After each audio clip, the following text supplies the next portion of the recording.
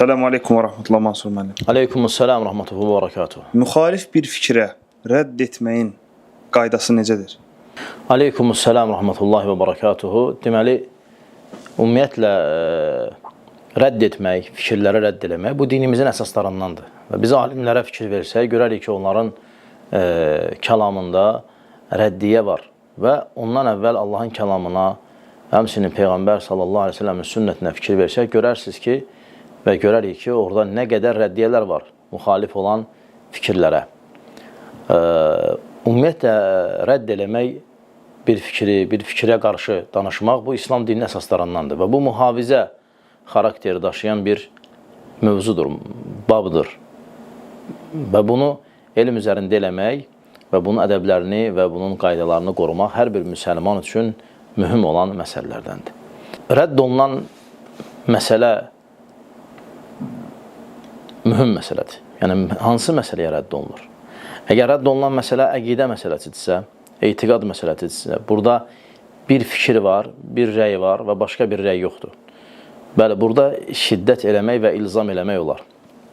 Yəni, məsələn, biz əşarilərə və ya xavaricilərə və ya rafizlərə və ya başqa bir azğın fikirdə olan təriqət sahiblərinə siz bu şeyi etməklə səhv edirsiniz deyəndə və mütləq lazımdır ki, bu cür deyəsiz deyəndə biz onları ilzam eləyirik. Nəyə? Haqqa, doğruya. Və onların o yolda olmaları bu azğınlıqdır, bu zəlalətdir. Etiqadi məsələlərdə rədd eləməkdə ilzam var, haqqa ilzam var. Amma fikri məsələlərdə, o məsələlərdə ki, o məsələlərin özündə belə ixtilafa yeri var. Alimlər o məsələlərdə ixtilaf ediblər. Hər kəs özünün güclü gördüyü rəyi deyə bilər.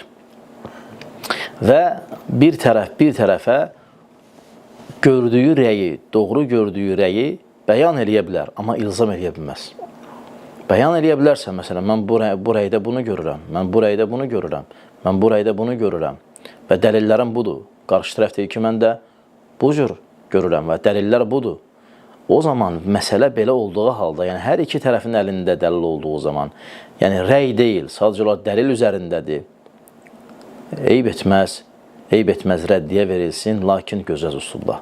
Alçaltmaq yox, təhqir edici sözlər işlətmək yox və ya məsələn, elə göstərmək ki, məsələ yalnız bu cürdür, başqa bir fikir, başqa bir rəy, başqa bir dəlil yoxdur bu məsələyə, bu cür rədd eləmək, yəni rədd verməyin ədəblərinə müxalifdir. Yəni, biz əgərlərim fikir versək əhl-i-sünnə imamlarına, fikir versək onların rəddiyələrinə, o da görərik ki, o məsələlər ki, fikri məsələlərdir. Məsələn, deyirlər ki, hədihi vicəhətu nazari, bu mənim görüşümdür. Hədə rayi, bu mənim rəyimdir. Və ya hədə məzhəbi, bu mənim məzhəbimdir. Və ya belə. Və qarşı tərəfə də rədd verdikləri zaman gözəl üslubda ədəblərə qoruyaraq rədd veriblər. Amma fikri bir məsələ, ixtilaflı bir məsələ, onu əqidə məsələsi kimi şişirtmək, onu əqidə məsələsinə çevirmək, bu, yəni, düzgün deyil. Və elə göstərmək ki, yalnız bu cürdür, müxalif demək, buna zid bir rəy demək, bu havadır, bu, yəni, dini aşağılamaqdır, bu dini alçatmaqdır, bu dini belədir, artıq bu, yəni yaraşmaz, rədd formasında yaraşan bir üslub deyil. Amma rədd eləyə bilərsən. Deyə bilərsən, məsələn, bu məsələdə verilən bu cavab və ya deyilən bu söz mənə görə xatadır, doğru görüş budur, bu dəlillərə görə. O birisi rəy var, o cür deyən var, o cür alimlərdən deyənlər var və bu əsaslara əsaslanıb deyirlər, hansı ki, o qarşı tərəfin rəyidir, ha? Sən özün onun əksinəsən. Lakin doğru görüş isə budur. Ümumiyyətlə, alimlər rəylər deyəndə belə görürsən, bəzən bir rəy deyirlər və keçib gedirlər. Alimlər görürsən, cavab verəndə məsələni təfsilatı gedirlər. Belə var, racih olan budur. Nə üçün belə olur? Həmçin bu məsələyə toxunaq. Ən birinci bilmək lazımdır ki, alimlər fətva məqamında, məsələn, biri gəlib ondan bir söz soruşur ki, mən belə bir vəziyyətdəyəm, belə edə bilərəmmi? Deyir ki, elə və ya eləmə.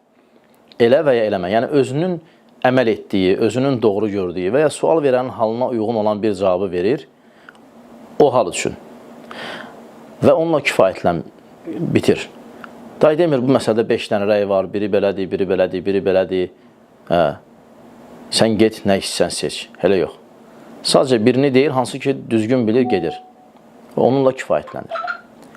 İkinci məsələ odur ki, alim o mövzunu dərs keçir.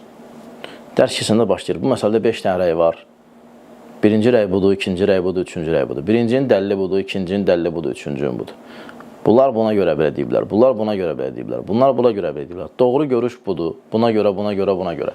Onların rəyləri niyə zəifdir, buna görə, buna görə, buna. Bu artıq tədris məqamında, tələbələrə dərs keçmək məqamında deyilir. Amma fətva məqamında, hökm məqamında, yəni alim bildiyini fətva verir və deyir və gedir. Ona görə biz gərək ixtilaflı məsələlərdə rəddiyə verdiyimiz zaman ən birinci ədəbləri qoruyaq.